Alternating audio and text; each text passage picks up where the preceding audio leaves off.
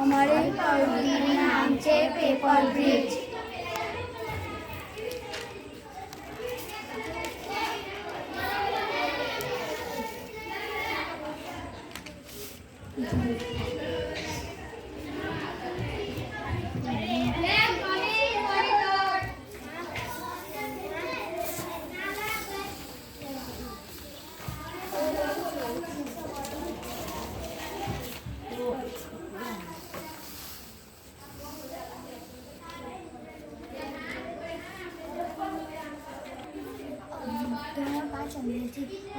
અમારા પ્રવૃત્તિનું નામ છે પેપર બ્રિજ.